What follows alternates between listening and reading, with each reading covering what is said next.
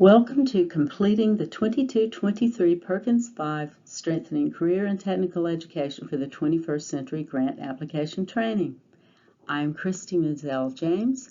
I'm a Grant Coordinator for TEA's Grants Administration Division. I am here with Amy Samet, who is a Grant Negotiation Supervisor for TEA's Grants Administration Division. Together, we will be presenting this Perkins training. The goal of this training is to provide you with information that will support and guide you in completing the Perkins grant application. We hope the information we share with you will help you get off to a strong start. TEA's disclaimer. This presentation is intended solely to provide general information and guidance to Texas LEAs and reflects the Texas Education Agency's current understanding of the presentation topics and applicable federal guidance. The content of this presentation is subject to change as a result of further potential information and guidance provided by federal agencies with regulatory oversight of these programs. This presentation does not constitute legal advice, and LEAs are therefore advised to seek legal counsel regarding the information and guidance provided in this presentation before acting on such information and guidance. This is the training agenda. First, we will have a look at important Perkins dates. Then, I will discuss preparations that need to be made before filling out the application, preparations that will help the grant application process go a lot smoother. After that, I will discuss the required special collections documents, the SC 5600 CLNA Comprehensive Local Needs Assessment, and the SC 5003 Formula Grants Consolidated Schedule. Then, I will move to the GS 2200 ADC Applicant Designation and Certification, followed by the grant application itself and grant resources.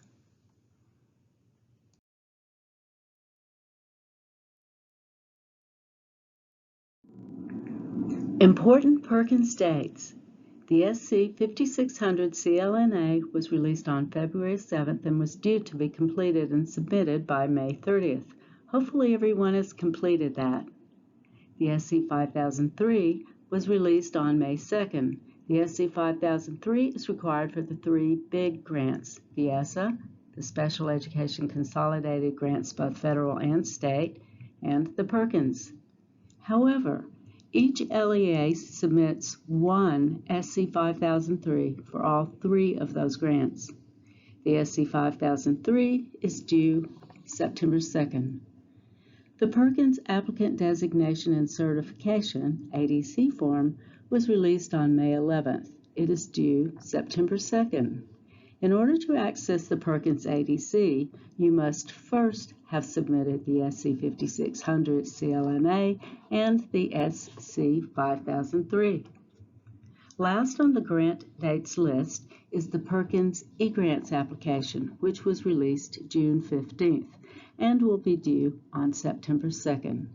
In order to access the Perkins eGrants application, you must have submitted the SC 5600, the SC 5003, and the Perkins ADC.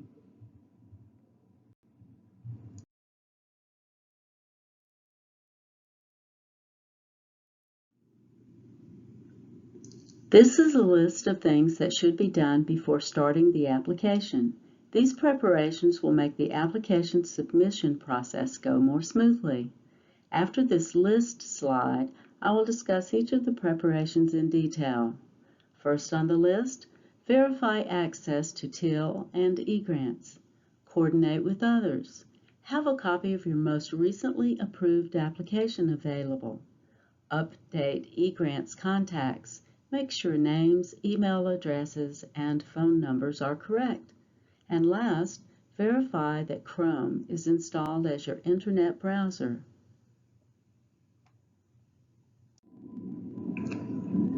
First on the list of preparations is to verify access to TEAL and eGrants.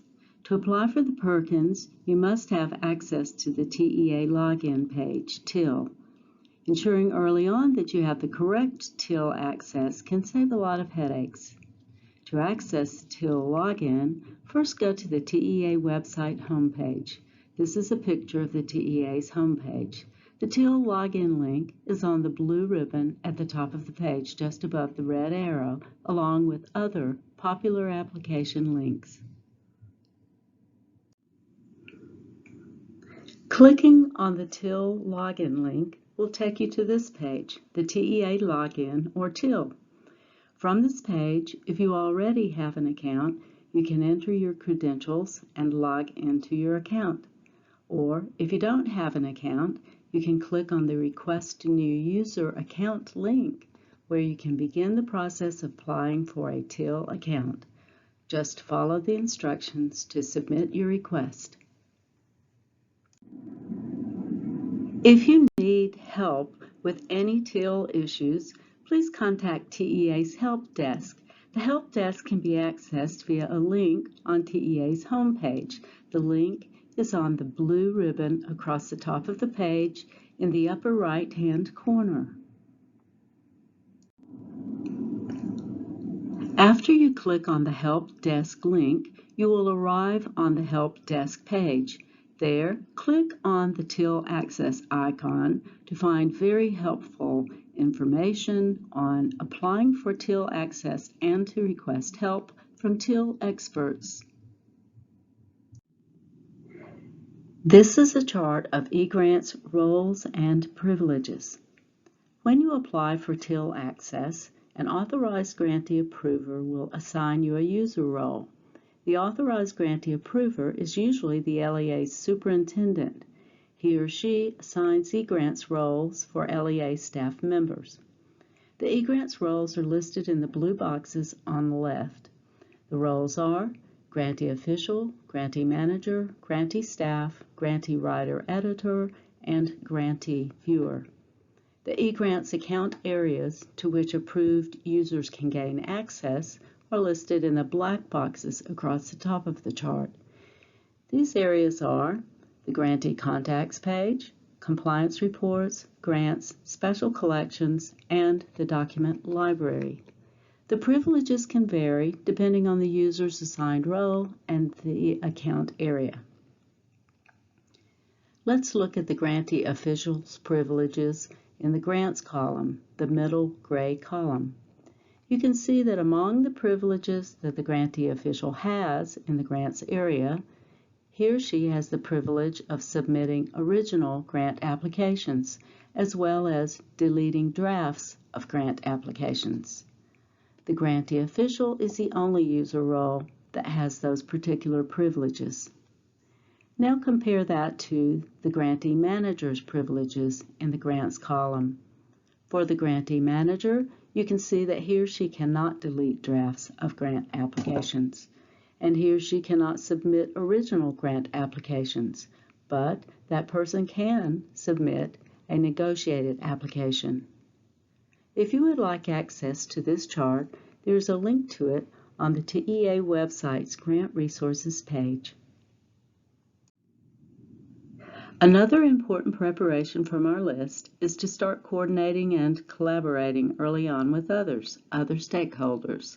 For example, since the ESSA, Perkins, and the Special Education Consolidated grants, federal and state, all require the completed and submitted SC 5003, then staff from all three of those grants should work together to ensure that the SC 5003 is completed correctly. Also, coordinating with the business office staff is important.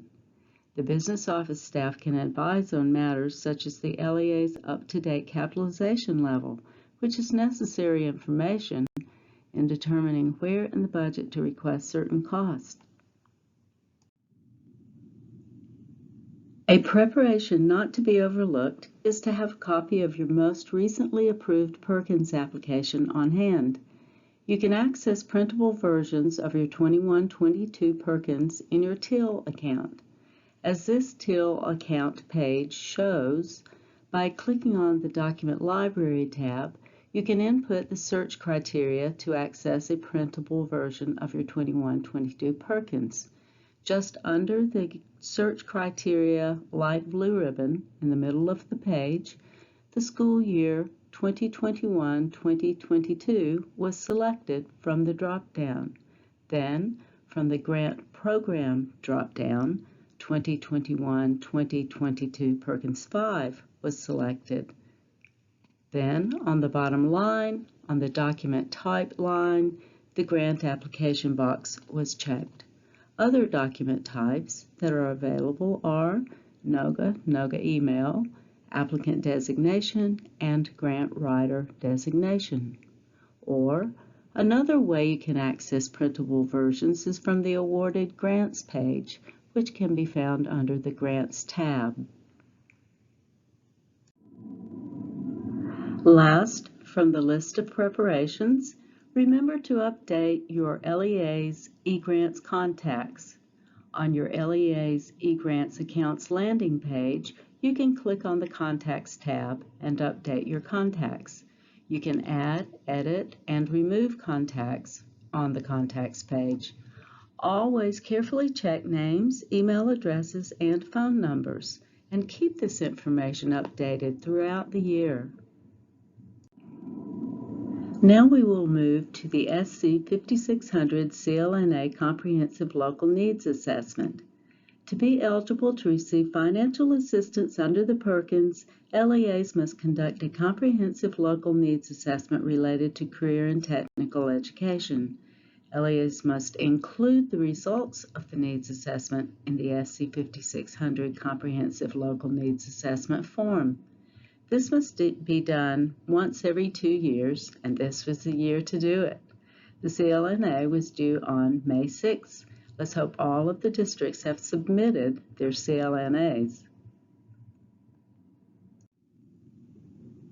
Shown in this slide is an eGrants LEA account page.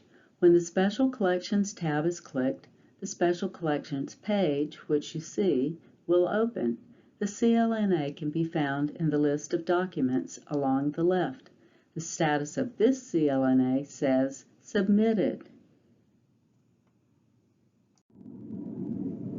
If you need to make changes to your CLNA, or if you need other CLNA assistance, please contact a member of the Career and Technical Education team. They can help you resolve any CLNA issues.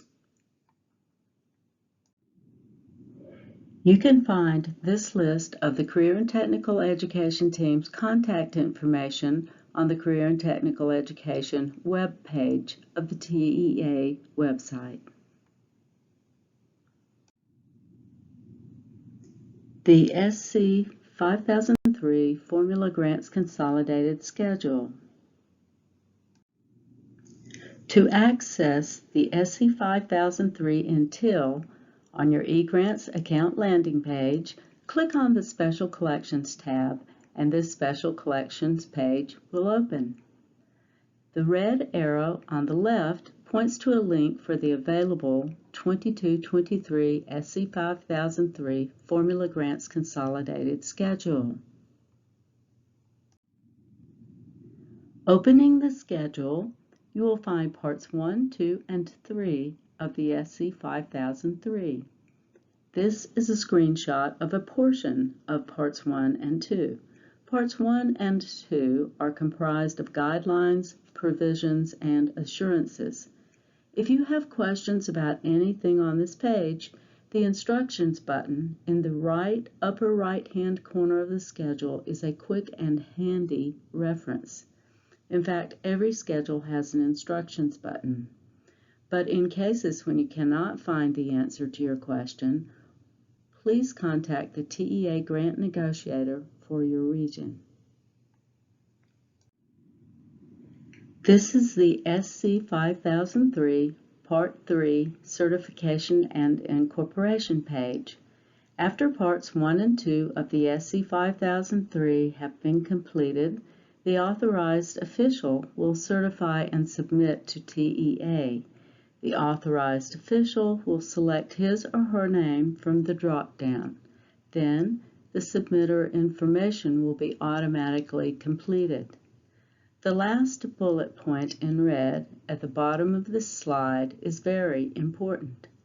Both the SC 5600 CLNA and the SC 5003 must be submitted before the Perkins ADC will open. The ADC will not open if either of these is not submitted. The SC 5003 was released on May 2nd and will be due September 2nd. Now we will move to the Perkins GS2200 ADC Applicant Designation and Certification. This is part 1 of the ADC, the Application Designation and Certification form. The designation options to choose from on this form are in the large white boxes.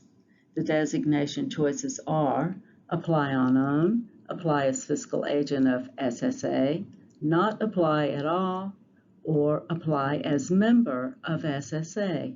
If you choose the last option, Apply as Member of SSA, you will also need to identify the fiscal agent's name by using the drop-down in the next box. The bullet point in red at the bottom of the page is important. The Perkins ADC designation must match the SC 5600 CLNA Comprehensive Local Needs Assessment designation, so those two designations must match. Also, if you are not going to apply for a grant, Perkins or other grants that are available to you, please open the ADC, choose the option Not Apply at All, and then certify and submit. This submitted information helps grant processes within TEA move more smoothly. This is information on the ADC waiver. LEAs who have an entitlement amount of less than $15,000 must join an SSA. If the LEA has reason to apply independently, they must submit a waiver request form. If you need this form, contact the negotiator for your region. Then you would attach the form to your application. The grant application. The first schedule of the application is the GS2100 Applicant Information Schedule. As of April 1st, 2022, the DUNS was replaced by the Unique Entity Identifier, or UEI, from SAM, which is the U.S. government's System for Award Management. The Unique Entity Identifier should appear on the GS2100 in Part 1, Section B. Please check the UEI to make sure it's correct. TEA is working very hard to get everyone's UEIs entered into the system. If you need to verify your UEI, or if you need to access information about the UEI, please go to www.gsa.gov and search for UEI, or for direct inquiries about UEIs, email entityvalidation@gsa.gov. On Part 2 of the GS2100, 2 contact persons must be entered.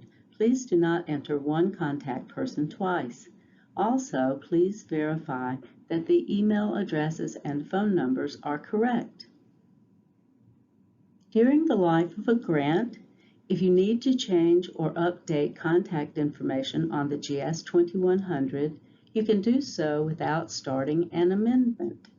The GS2100 is a standalone schedule which can be revised and saved at any time with no amendment by staff who have the appropriate privileges, whereas the other schedules in eGrants applications are locked and cannot be revised without starting an amendment. It is important to keep the contact information updated so that important emails will go to the correct addresses. Now, Amy Samet is here to walk you through the rest of the Perkins application. Hello, my name is Amy Samet. I am a grant negotiation supervisor, and I will be providing the coverage of the PS 3012 local application and also the rest of this training. The PS 3012 is your local program plan. Part 1 covers the comprehensive local needs assessment results. Please note that the local application contains questions to be answered by referencing the CLNA. In years when the CLNA is required, the Copy Prior Year Data button should be disabled. This is one of those years when a CLNA was required, so you will not need to select the Copy Prior Year Data button for any reason, and it should be disabled. For Part 1, Item 1, summarize the results of the Comprehensive Local Needs Assessment.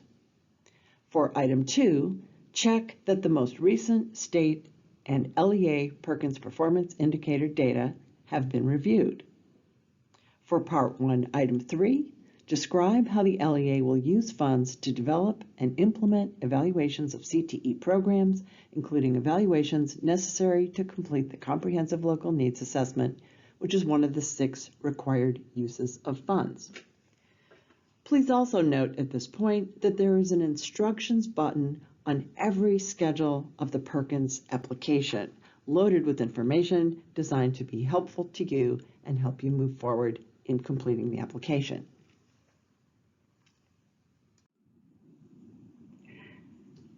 Part 1 of the PS 3012 local application has you discussing your Comprehensive Local Needs Assessment results. You will summarize the results of the Comprehensive Local Needs Assessment. You will confirm by selecting the checkbox that most recent state and LEA Perkins Performance Indicator data have been reviewed. You will describe how the LEA will use funds to develop and implement evaluations of CTE programs, including evaluations necessary to complete the Comprehensive Local Needs Assessment, which is one of the 6 required use of funds. You will also discuss in Part 2 the programs of study funding.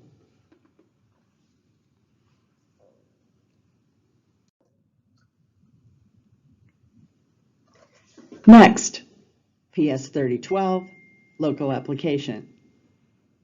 Part 3 deals with career exploration, guidance, and counseling provided to all students in the LEA. New for the 2022-2023 application, additional information is requested in Question 1. The grantee is asked to list the methods of reaching all students, including recruiting students from groups identified as special populations and from different races, ethnicities, and genders. In Part 4, you'll discuss improving academic and technical skills of CTE students. Part 5 addresses special populations and non-traditional fields. Part 6 addresses work-based learning.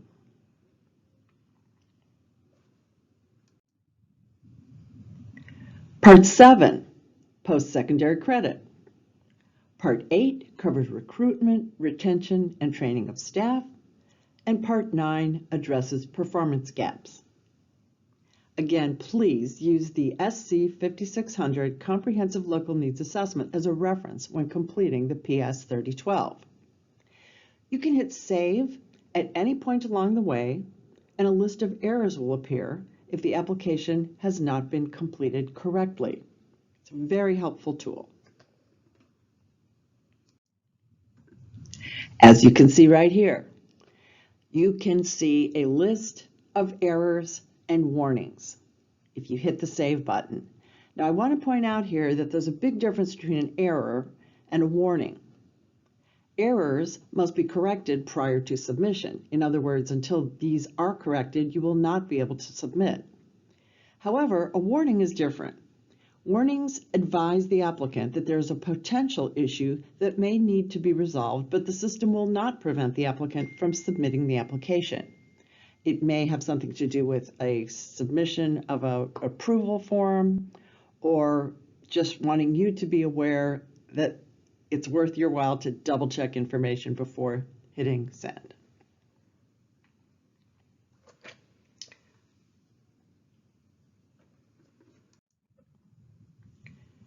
Schedule PS 3350, accountability. A, Perkins 5 performance measures. If the columns on the right are grayed out, they do not have to be completed. However, if the columns on the right are not grayed out, a response is required. There are two columns. In the first column, you will explain why the actual percentage was less than the statewide target percentage. This does not have to be a complicated explanation. It could be as brief and simple as participation was low because the program was not well publicized. Next, describe strategies the LEA will use to improve CTE student performance. And this could be as simple as, we will work harder to publicize this program.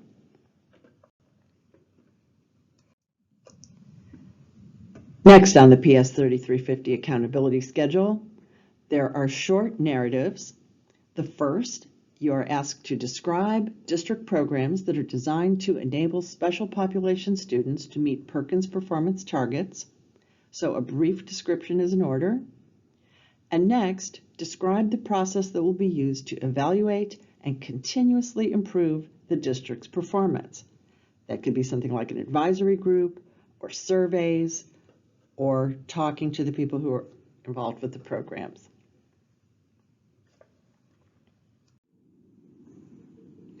Now we will discuss the BS6001 Program Budget Summary. If you look on the left side of the screen, you'll see Part 1, Available Funding. For the Perkins grant, there is no carryover, so what you'll see is the final amount.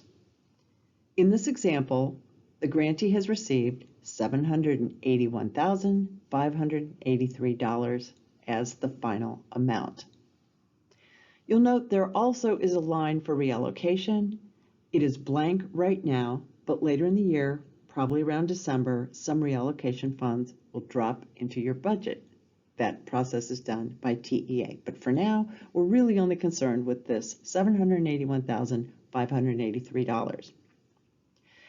In Part 2, the grantee will break out that lump sum into various class object codes.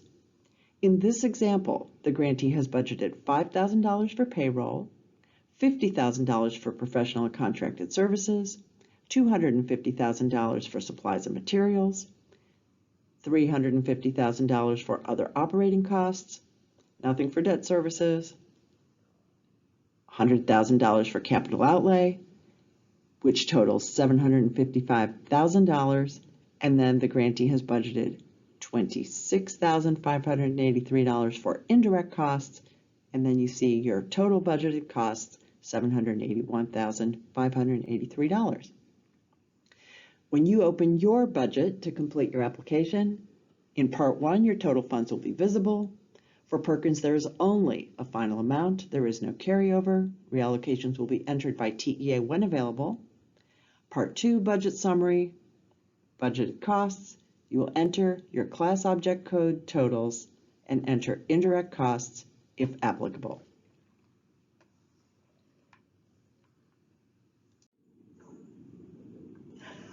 On the budget summary that we were just talking about, there was no opportunity to break down direct costs into program costs and direct admin costs. That is what this part of the application is provided for. It's the breakout.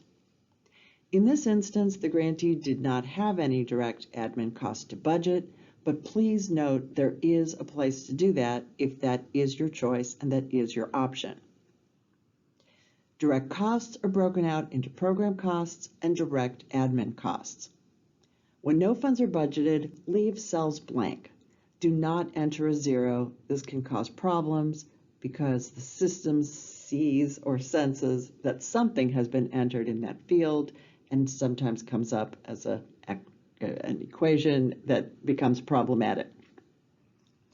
Authorizing statute limits the amount of funds that may be budgeted to administer the program, including direct administrative costs and indirect costs, to no more than 5% of the total grant awarded for any fiscal year. Please note that administrative funds include both direct administrative costs and allowable indirect costs.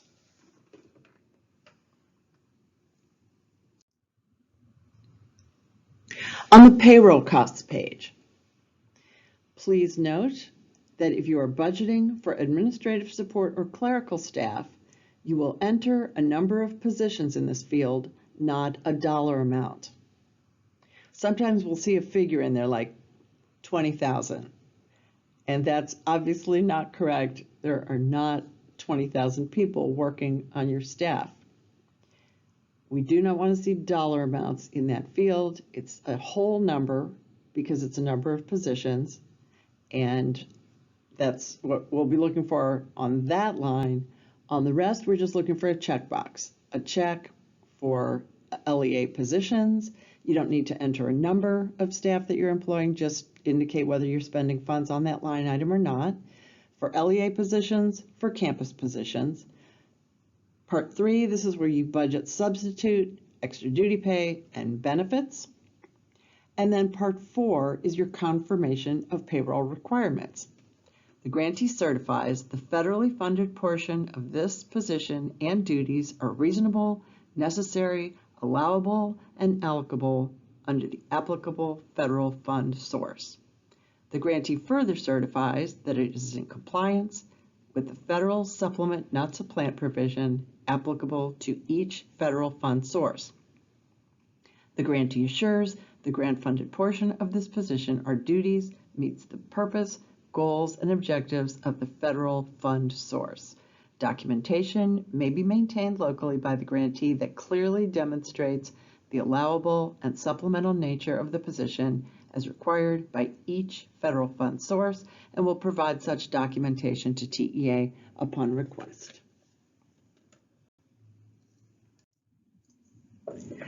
Next, we will talk about professional and contracted services.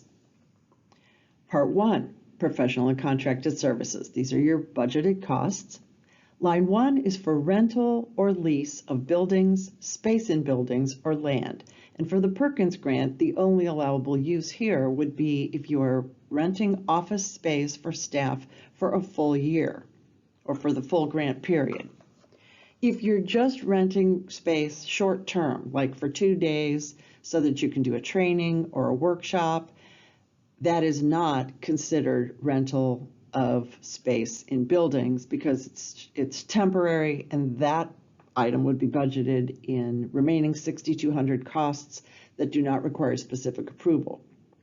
That information and loads of other information about costs that do not require specific approval can be found in the Budgeting Costs Guidance Handbook. Please refer to the Budgeting Costs Guidance Handbook when you have questions about which lines things should be budgeted on. Next line, professional and consulting services. If you do enter anything on the professional and consulting services line, please be sure that it fits the definition outlined in the Budgeting Costs Guidance Handbook. Next, Part 2, direct administrative costs. This is very similar to what we just covered with regard to the payroll section, or rather the budget summary, where there's a column for direct admin costs so that you can break out your direct costs into program costs and direct admin costs.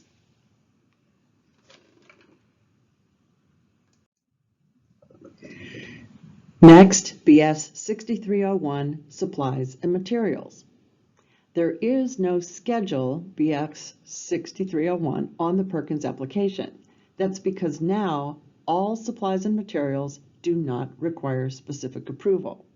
If you've been around for a while, you remember back in the day when you had to break it out to computers and laptops and identify any technology that you were purchasing.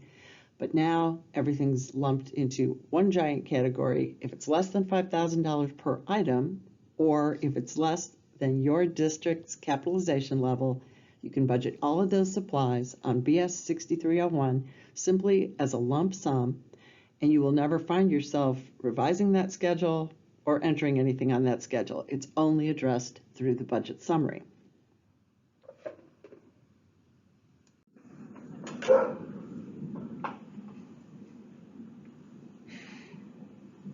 BS6401 Other Operating Costs. Please note, line 1, out-of-state travel for employees. LEA must keep documentation locally. Out-of-state travel is allowable. What we usually see budgeted on this line is attendance at national conferences for CTE staff, or perhaps training that is specific to an industry that can only be completed by traveling out of state. Line 2, travel for students to conferences. If this is budgeted, it does not include field trips, and it does require pre-authorization in writing. We have a new process that has been established for obtaining pre-authorization. See the Forms for Prior Approval, Disclosure and Justification webpage to learn more about our new process. Line 3, educational field trips are allowable. This is another situation where the LEA must keep documentation locally. We do provide a form on our website, but it does not have to be submitted to TEA as it was in years past. Lines 4 through 7 are unallowable for the Perkins grant. We often get the question, after a grantee has completed line 1, out-of-state travel for employees, where do we budget in-state travel for employees? And the answer is on line remaining 6,400, costs that do not require specific approval.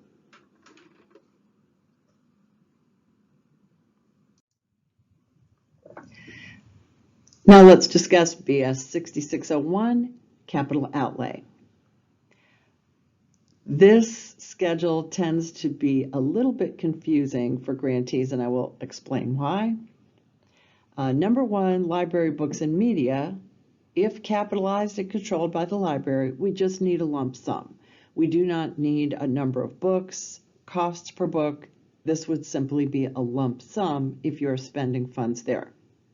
The next line is capital expenditures for additions, improvements, or modifications to capital assets which materially increase their value for useful life, not ordinary repairs and maintenance.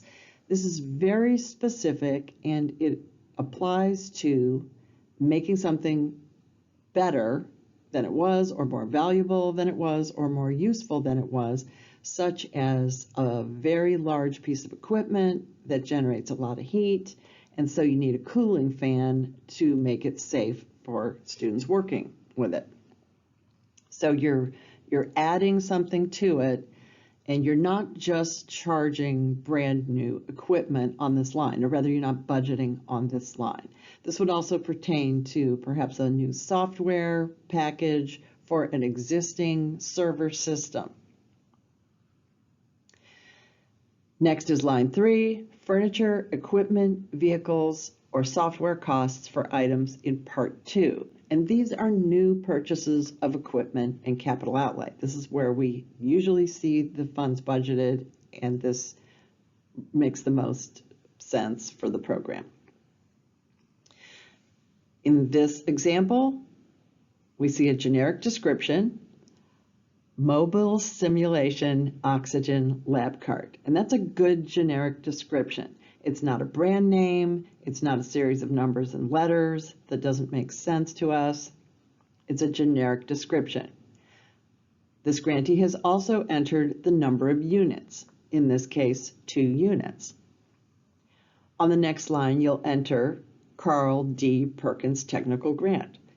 Since this is a grant with only one funding source, there aren't going to be any other options, and you'll simply make that selection every time for all the equipment that you're purchasing for this grant. Now this next field is a little, I'll say confusing, even though that's not what I mean. It is grayed out, which means you are not required to entering anything there, and you actually can't anyway. So even though it says describe how the item will be used to accomplish the objectives of the program, you will simply leave it blank, and that is not a mistake. Counterintuitive, that's what I meant to say, not confusing.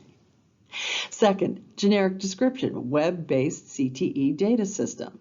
and that is 1 unit. And again, the funding source is the Carl D. Perkins Technical Grant, which you will be choosing every time. And again, this next gray field is left blank. Third item here is medical laser for veterinarians, 1 unit. That is correctly completed.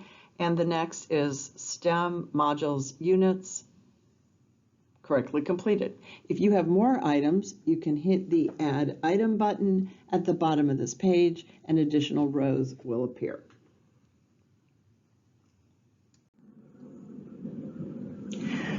BS6020 Required Uses of Funds. This schedule is unique to the Perkins grant. In Part 1, on the top row, Total Budgeted Costs, you will see that the totals for each class object code have dropped into this line from the budget summary. Payroll $5,000, professional contracted services $50,000, supplies and materials $250,000, other operating costs $350,000, no debt service, $100,000 in capital outlay, and then a column for indirect costs with your total award amount on the right, $781,583. In Part 2, that $5,000 for payroll is all dedicated to the required use of funds number 2, providing professional development. The goal in Part 2 is to ensure that funds are put on each one of the 6 rows. First row, provide career exploration and career development activities. You'll see that funds for supplies and materials are dedicated to this required use of funds, and also other operating costs funding, capital outlay funding. Line 2, providing professional development, that came from payroll, from supplies and materials, from other operating costs. Required use of funds number 3, provide the skills necessary to pursue careers in high skill, high wage, in-demand occupations. We've got money in professional and contracted services, supplies and materials, other operating costs, and capital outlay. Required use of funds number 4, support integration of academic skills into CEE programs of study. We've got funding from professional and contracted services, from supplies and materials, from other operating, and from capital outlay. For support integration of academic skills into CTE programs of study, we've got funding from professional and contracted services, from supplies and materials, other operating, capital outlay. Supporting integration of programs of study, required use of funds number 5. We have funding from supplies and materials, from other operating, from capital outlay. And then required use of funds number 6, evaluate Perkins funded programs, including CLNA. We see $2,500 in other operating costs. So we do have funding from the grant on all 6 rows as required.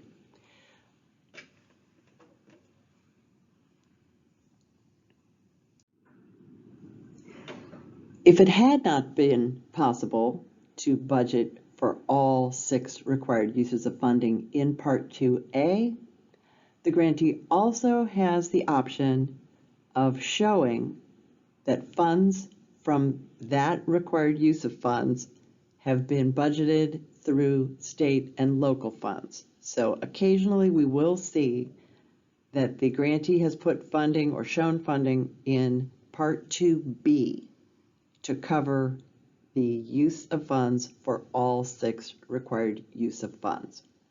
More often than not, we do see this blank, but please note it is your option if it can't be budgeted in Part 2A. Then at the very bottom of this page is the grand total for both these funds and local funds dedicated to the Perkins program.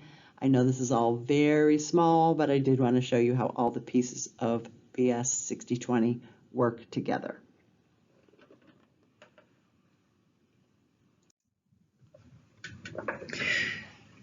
Table of Contents and GS 2000.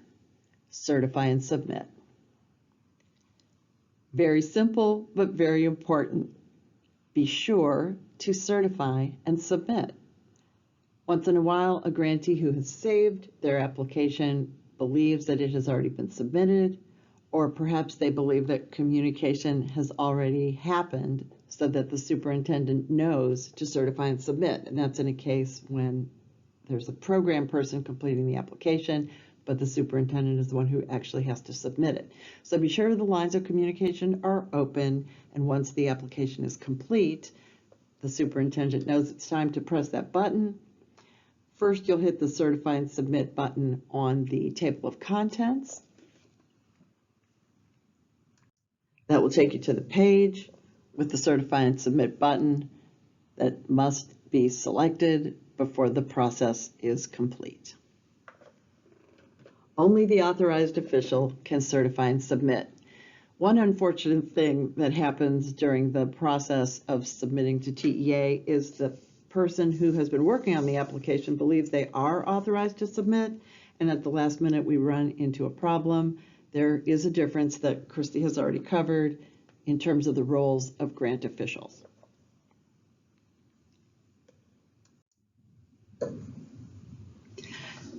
Next, we will discuss grant resources. Here is a list of your grant negotiators. The Grants Administration Division contacts can be found at this link. Please know that we try to keep this up to date. The list that you're seeing in front of you is true today, but it will be changing very soon. Nellie Nino is the team lead and negotiator for Region 10. She's the team lead of Regions 1 through 10, and she is the negotiator for Region 10. And you can see her email address and her phone number shown right here. Next, Kayla Potter is the negotiator for Regions 1, 5, and 6. Her email address and phone are also provided. Gracie Gonzalez, the negotiator for Regions 2, 4, and 9. Christy Mazzell James for Regions 3, 7, and 8. We have a different team for Regions 11 through 20. Lori Marquardt is the team lead for that team. She's also the negotiator for Regions 16 and 17. JJ Sanchez is a specialized negotiator. He handles Regions 12 and 15. Laura Salazar is the negotiator for Regions 11 and 19. Tammy Michaels, the negotiator for Regions 13 and 18. Joanna Newby is the negotiator for Regions 14 and 20. Negotiators are the people you call if you need help negotiating and navigating through the system. Questions you might ask your negotiator. If you're new, how do I find the application? Why can't I submit? How do I know if my application has been submitted? What if I made a mistake on the application? Where do I budget field trips? How do I find the program guidelines? These are all questions negotiators can handle. They will be happy to help you with these type of questions.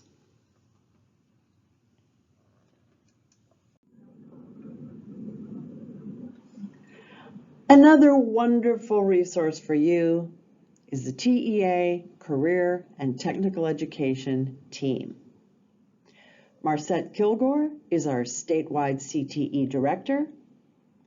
Erica Bates is a CTE coordinator with information on career clusters, education and training, hospitality and tourism, human resources. Jennifer Bullock, a CTE coordinator. The career clusters she covers are information technology, STEM, and manufacturing. Dale Fowler is a CTE coordinator for career clusters business, marketing, and finance, and law and public service.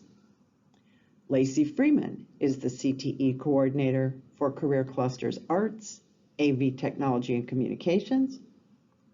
Les Hudson is the CTE coordinator for career clusters agriculture, food and natural resources, architectural and construction, and energy. Juanita Soto is the CTE coordinator for career clusters health science, transportation, distribution, and logistics. Your CTE coordinators can help you with questions about the CLNA, CLNA content, opening up a CLNA or editing it if need be, or resubmitting it. Steve Smith is a project manager. He deals with CTE indicator auto-coding, labor market analysis, and content management.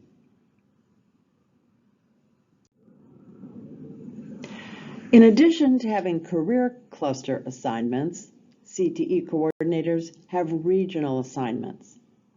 Erica Bates is the CTE coordinator for ESC Regions 2, 3, and 20.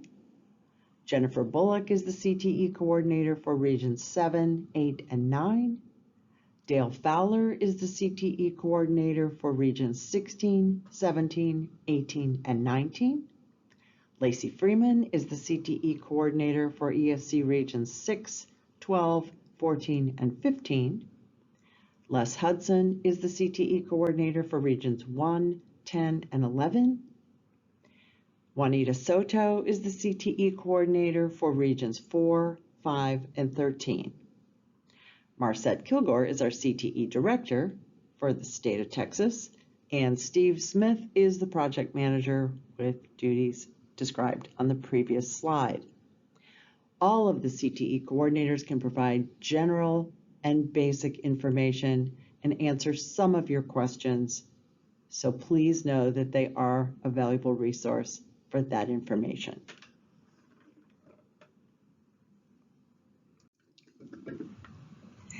We do have live training upcoming Friday, June 24th. These trainings will be live in person at Region 13. Additional information and registration links can be found on the Grant Resources webpage. The Grant Resources webpage will allow you to register for trainings. Also, the recording of this training session and the PowerPoint presentation from this training session will soon be available on the Grant Resources webpage as well. You can also find information about the other grants at that web link. Thank you for spending your time listening to this presentation. We're happy that we were able to provide this service for you, and we look forward to working with you this grant season.